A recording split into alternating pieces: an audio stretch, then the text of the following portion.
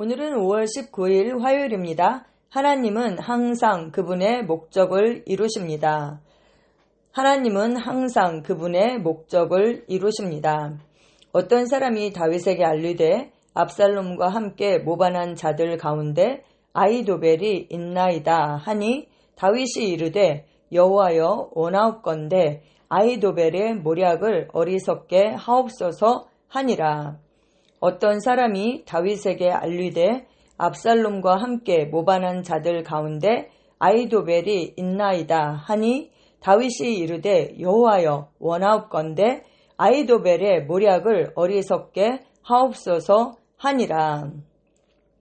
어제도 우리가 사무엘하 말씀을 가지고 묵상을 했어요. 근데 오늘 이어서 사무엘하 15장 말씀입니다. 아히도벨에 관한 이야기입니다. 어제 말씀의 실제에서 우리는 다윗의 아들 압살롬이 어떻게 그의 아버지 다윗을 상대로 강력한 음모를 꾸몄는지 보았습니다.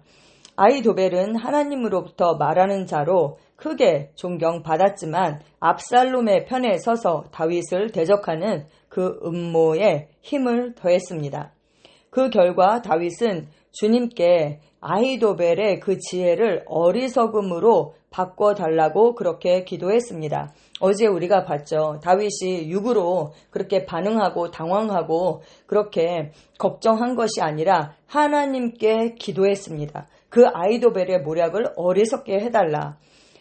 이 다윗의 기도에 이어서 정말 놀라운 일이 일어났습니다. 성경은 다윗이 하나님께 경배드리기 위해서 산 꼭대기로 올라갔다라고 말씀하고 있습니다.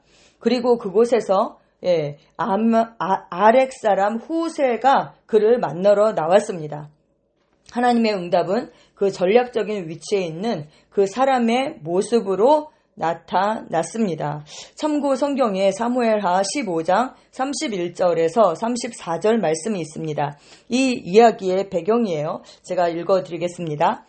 어떤 사람이 다윗에게 알리되 압살롬과 함께 모반하는 자들 가운데 아히도벨이 있나이다 하니 다윗이 이르되 여호와여 원하옵건대 아히도벨의 모략을 어리석게 하옵소서 하니라. 다윗이 하나님을 경배하는 마루턱에 이를 때 아렉 사람 후세가 옷을 찢고 흙을 머리에 덮어쓰고 다윗을 맞으러 온지라. 다윗이 그에게 이르되 내가 만일 나와 함께 나아가면 내게 누를 끼치리라. 그러나 내가 만일 성읍으로 돌아가서 압살롬에게 말하기를 왕이여 내가 왕의 종이니이다. 전에는 내가 왕의 아버지의 종이었더니 이제는 내가 왕의 종이니이다. 하면 내가 나를 위하여 아히도벨의 모략을 패하게 하리라.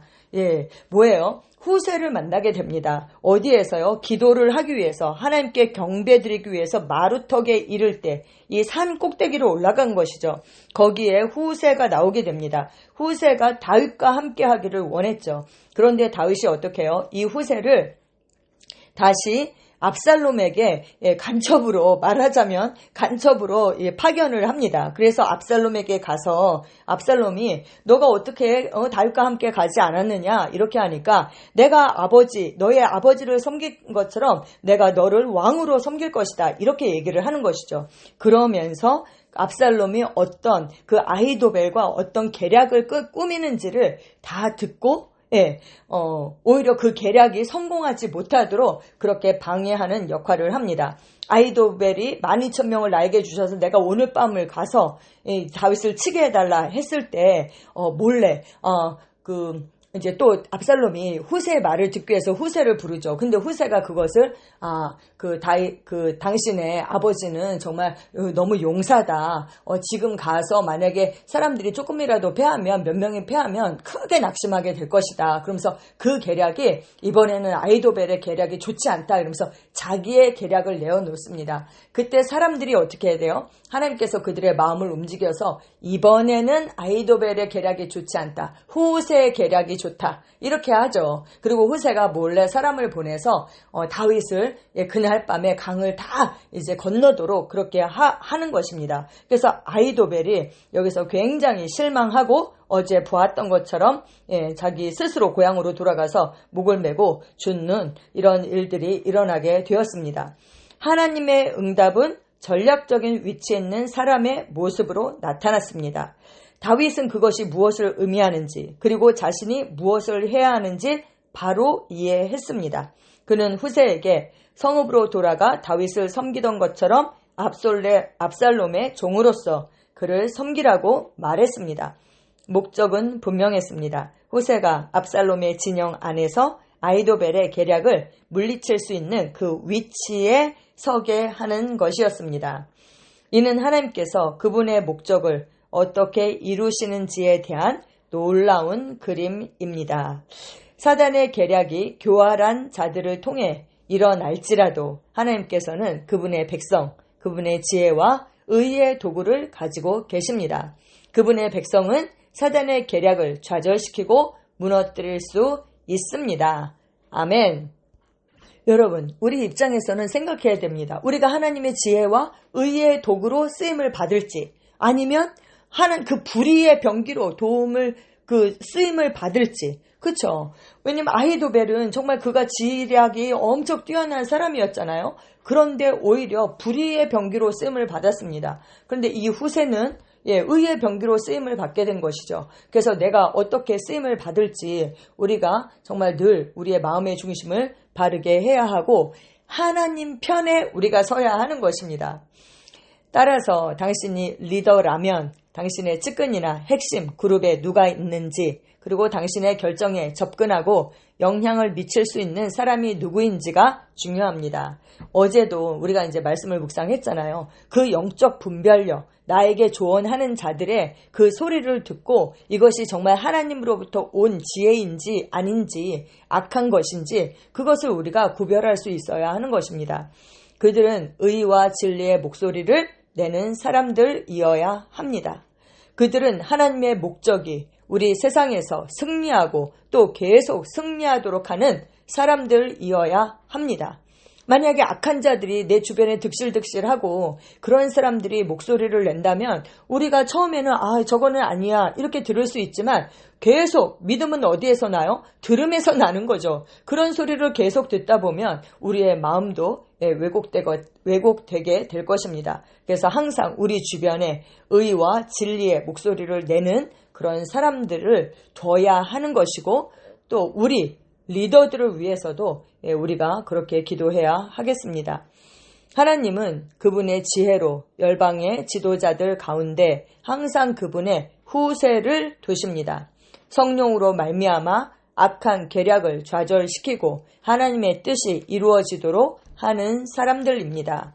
지도자들이 의를 지키고 열방에서 하나님의 목적을 성취하도록 돕기 위해 전략적으로 배치된 사람들을 알아볼 수 있도록 항상 기도하십시오. 할렐루야. 아멘. 잠언 21장 30절입니다. 지혜로도 못하고 명철로도 못하고 모략으로도 여호와를 당하지 못하느니라. 아멘. 사무엘하 15장 31절에서 34절 말씀은 읽었고요. 욥기 5장 12절 하나님은 교활한 자의 계교를 꺾으사 그들의 손이 성공하지 못하게 하시며 아멘. 링컨의 기도가 생각이 났어요.